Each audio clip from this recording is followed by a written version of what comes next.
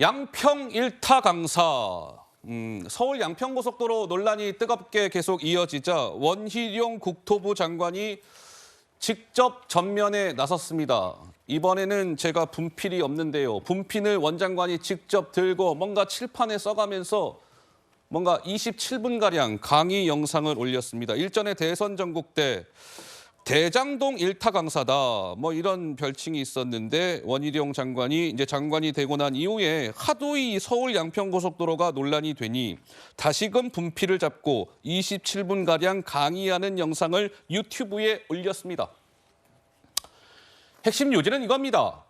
더불어민주당에서 정치 공세를 계속할 거라면 차라리 윤석열 정부 내에서는 아쉽지만 서울 양평고속도로 사업을 하지 않겠다는 입장입니다. 이런 주장을 이어갔는데요. 원 장관의 직접 목소리로 한번 들어보시겠습니다. 묻지마, 기승전, 김건희 특혜 이렇게 몰고 가면서 정치적인 이득을 보는 데에만 몰두하고 있기 때문에 이대로는 갈 수가 없다. 지금이라도 이것을 정상적으로 진행을 하려면 민주당의 거짓 선동에 의한 정치 공세가 깨끗이 정리가 돼야 됩니다. 민주당의 공세에 의해 가지고 자 노선을 바꾼다. 김건희 특혜를 주려고 하다가 민주당이 공격하니까 포기한 걸로 기정사실화할 거 아닙니까? 민주당의 주장과 다른 노선이면은 예산 안 넣어줄 거 아닙니까? 그럴 거면은 차라리 깨끗이 4년 뒤 임기 뒤로 미루든가 영원히 하지 않는다는 게 아닙니다. 정치 공세, 거짓 선동 그동안에는 먹혔을지 모르지만 윤석열 정부 하에서 특히 원희룡 장관 하에서는 되지 않는다. 네, 원 장관이 또 이렇게 얘기를 했습니다. 만약에 민주당 지금 공세에 노선을 변경을 하게 되면 만약에 그렇다라고 한다면 아니 김건희 여사 그 일가의 특혜를 주려다가 아이고 결국 저렇게 여론이 시끄럽게 저기 하니까 포기한 것 아닙니까? 이렇게 또 몰고 갈 거 아니냐. 또 설사 그러면 오케이 양평 군민들의 의견을 들어서 결정을 하더라도 민주당이 주장하는 다른 노선이 만약에 결정이 된다면 민주당 측에서 다수 의석이니까 예산을 안 주려고 할 것 아니냐.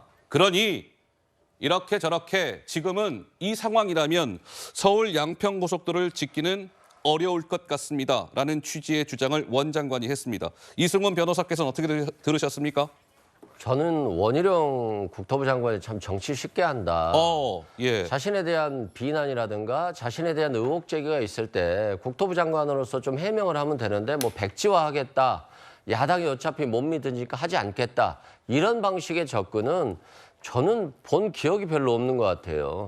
원희룡 장관은 정치인이 지금 아니잖아요. 뭐 정치인이겠습니다만 그래도 국토부 장관으로서 공직자로서의 역할을 수행해야 되는데 유튜브 방송을 찍으면서 일타 강사다. 그러면서 야당을 비난하는 것에 여념이 없다라고 한다는 것은 최소한의 공직자로서의 자세를 갖추지 못한 거 아닌가 이런 생각이 들고요. 예? 뭐 이게 문재인 때 뭐 애탈을 했다 뭐 했다 이게 중요한 게 아니라 지금 이게 김건희 여사의 땅이 많은 곳에 분기점이 생기는 것이니까 예. 그것에 무슨 의혹이 있었던 거 아니냐 이것에 대해서 답변을 먼저 하고 그럼에도 불구하고 야당의 공세가 너무 지나치다라고 하면 반격을 해야 되는 것인데 일단 처음에는 그냥 늘공의 문제이다 어공이 있었으면 이런 행태를 하지 않았을 것이다 했다가 갑자기 며칠 만에 그냥 강경 모드로 바뀌었는데 그게 백지화고 이게 국토부 장관에게 그런 권한이 있는지 여부도 굉장히 의심스럽고요. 예? 양평 군민들의 10년 수건인데 저렇게 쉽게 그냥 야당이 반대하고 야당이 김건희 고속도로라고 비난하니까 오해받기 싫어서 그만둔다라고 예? 하는 자세들은 저는 굉장히 부적절해 보이고 이 문제에 대해서 계속 이런 식으로 정치 공방만 오간다라고 한다면 예? 국정조사를 하는 게 맞지 않나 싶습니다. 예. 자, 그러면 이제 지금 이 서울 양평고속도로의 핵심 쟁점은 이런 거잖아요. 한번 보시죠. 이른바 저 파란색 선이 애초에 예비 타당성 조사를 통과했던 아니죠. 그렇습니다. 양서면에서 JC 종점이 빠지는 거. 근데 뭐 저 주변에 민주당 소속의 정동균 군수 일가 뭐 땅이 있다 또 이런 논란도 있는 것이고. 그리고 밑에 빨간색 선은 최근 지난 5월에 국토교통부가 대안이라고 제시한 아니죠. 근데 이것은 중간에 강화 IC라는 것도 만들어지고 종점이 양서면이 아니라 강상면에서 JC가 빠집니다. 근데 강산면 저 JC 주변에 김건희 여사의 일가 땅이 있다. 이거 특혜 주려고 한 것 아닙니까? 이런 논란. 그런데요. 노란색 선을 한번 봐주시죠. 가운데 노란색 선이 하나 보이실 겁니다. 그런데 이제 민주당에서 주장하는 안은 노란색 선인 것 같아요. 자, 오케이. 저 예타를 저거 통과한 파란색 선은 IC를 지을 수 없다라고 하니 강화 IC를 만듭시다. 저 노란색 선 중간에 강화 IC 보이시죠? 대신에 종점은 강산면이 아닌 양서면으로 만듭시다. 뭐 이런 주장을 하고 있는 겁니다. 그런데 보시는 바와 같이 노란색 선이 어떤 모양을 띠고 있죠? 약간 니은자, L자 이런 모양을 띠고 있습니다. 이것에 대해서 원 장관이 어제 이렇게 목소리를 높였습니다. 이어서 한번 들어보시죠. 고속도로를 L자로 꺾어서 인구가 최다가 거주하는 지역은 다 일부러 회피하고 마을 파괴하고 환경 파괴하고 문화재 파괴하고 왜 그래야 됩니까? 빨리 가자고 하는 게 고속도로인데 왜 가다가 꺾어서 L자로 갑니까? 거기다가 양평군의 절반 이상의 인구가 강상면과 양평읍에 살고 있는데 가장 이용자가 많은 지역을 일부러 90도로 꺾어서 가는 고속도로 이게 말이 된다고 생각하십니까? 김건희를 특혜로 몰아서 이걸 총선까지 끌고 들어가고 결국 정권을 끌어내리기 위한 흠집내기 위한 바로 거기에만 몰두가 되어 있구나. 글쎄요, 최수영 평론가께서는 원 장관이 굉장히 목소리 높이면서 이야기를 했는데 좀 어떤 평가를 주고 싶으신지요? 네, 저는 이제 원 장관이 표현한 대로 예? 고속도로라는 게 빨리 가자고 만드는 것 아닙니까? 회전도로가 아니지 않습니까?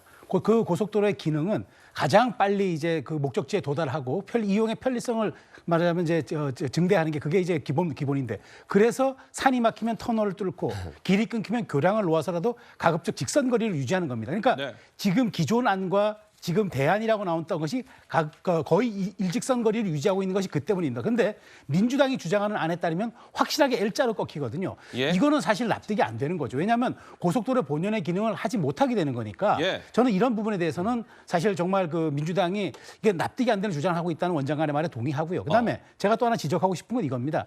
이게 사실 지금 수정안이라고 나온 저 안이 예. 사실은 2008년부터 네. 양평 군민들이 가장 원하던 안이었어요. 그래서 양평군 계획발전안에 2030 계획발전안에 따르면 저 고속도로에 대한 안이 나와 있는 겁니다. 네. 그런데 이거를 이제 국책 사업으로 그래서 이것을 경기도의 민자 사업으로 하게 되면은 가능성이 있었겠지만 이게 이제 국토 종합개발 계획에 따라 가지고 이게 이제 국토부가 승인한 쪽으로 가다 보니까 예. 바로 이제 국토부가 예산을 이제 1조 8천억을 주면서 이 구간으로 하시오 해서 저게 확정이 돼서 이제 말하자면은 그 이제 예비 타당성을 통과한 거거든요. 예. 그러니까 저것도 타당한 아니에요. 그러니까 저는 지금 논란이 되면은 A안, B안을 놓고 전문가들이라든가 제3의 기구 이런 과정을 통해서 주민 대표성까지 포함하는 걸 통해 가지고 예. 어떤 게 더 합리적이고 어떤 게 더 고속도로의 본연의 기능에 부합하는가 이 점을 가지고 판단하면 될 일인데 갑자기 뜬금없이 L자로 꺾이는 말하자면 또 민주당 안이 나와가지고 예. 이거는 저는 사실 이 문제의 본질을